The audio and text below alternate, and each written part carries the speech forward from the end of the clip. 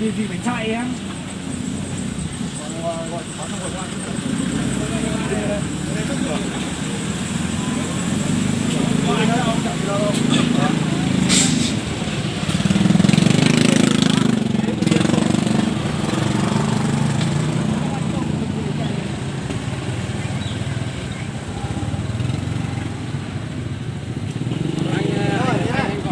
Đây ở đây.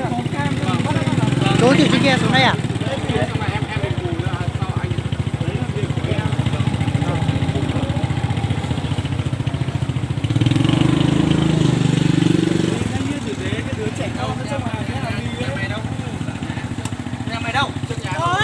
Không đánh đâu anh ơi, không đánh có gì. Thôi công an đừng có đánh. Có là đi nó trong nhà. Có công an người ta làm việc rồi. Không được đánh con. Anh này anh ngắm trộm mọi người nhá.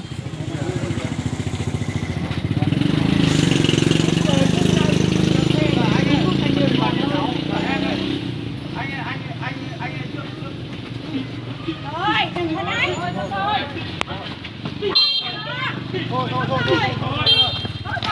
Thôi anh không đánh nữa, có gì công an người ta cắt xử lý mình được đánh, người ta bị thế nào là mình ấy. Anh đừng đánh nữa anh ơi. Đi mẹ mày quỳ xuống.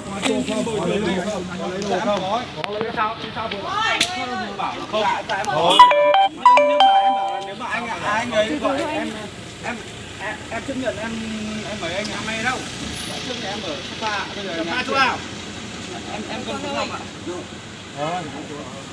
Vì con mẹ biết bố đi tìm mày thì mấy giờ? Dạ vâng. Thôi tôi đây. Dạ vâng, em biết em lấy rồi thì bảo là lấy đi. Dạ vâng, vâng. Cái gì? Vâng, ở chứng khoán anh em là em lấy ạ. Em bài là cháu nó lấy tiếp nhưng mà cháu vừa chết cái cam cái nhìn mặt nó cái cháu đuổi cho nó một dạy này nó cứ chạy thôi. Em gửi lại lấy cái gì anh với là bao nhiêu em gửi chuyển anh ạ. Nhưng mà lấy cái gì để cho lấy không đáng bao nhiêu anh nếu nó vào hẳn nhà nó lấy. Vâng. Thôi thanh niên. Làm đi ngồi đấy. Trai đi các con trộm đi.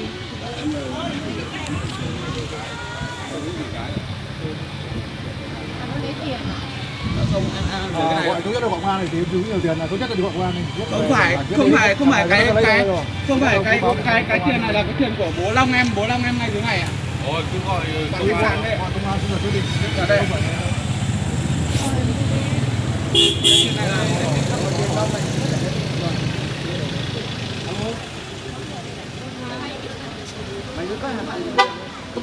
Tiền cứ để nguyên này đấy. Nhưng mà nhà hàng có tiền đâu. Nó không lấy tiền, nó lấy mấy này của bố này. Tiền thì em không lấy ạ. Trong cái gì? Tiền em không lấy, em mấy phút thì phóng.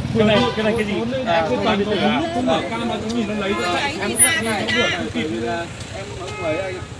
Thôi tha cho nó. Đi mày lấy mấy cái? Em lấy 5 ạ. Thôi tha cho nó. Dạ, đây em vừa uống một cái. Cái quần áo này của ai? Alo, quần áo của cháu ạ.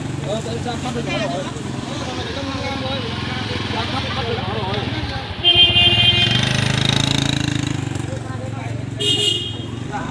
Cháu bởi vì em thấy cái này là anh thấy cái gì? Mày lấy cắp vào khu vực này nhiều lần chưa? Dạ nói thật, dạ không ạ, nhà bố nuôi cháu này. Bố nuôi mày thằng nào? Tên Long ạ. Long nào? Tên Long mượn. Này mày nói thật không thật ạ. Nếu mà không tin cháu sẽ đưa mọi người xuống nhà bố cháu ạ.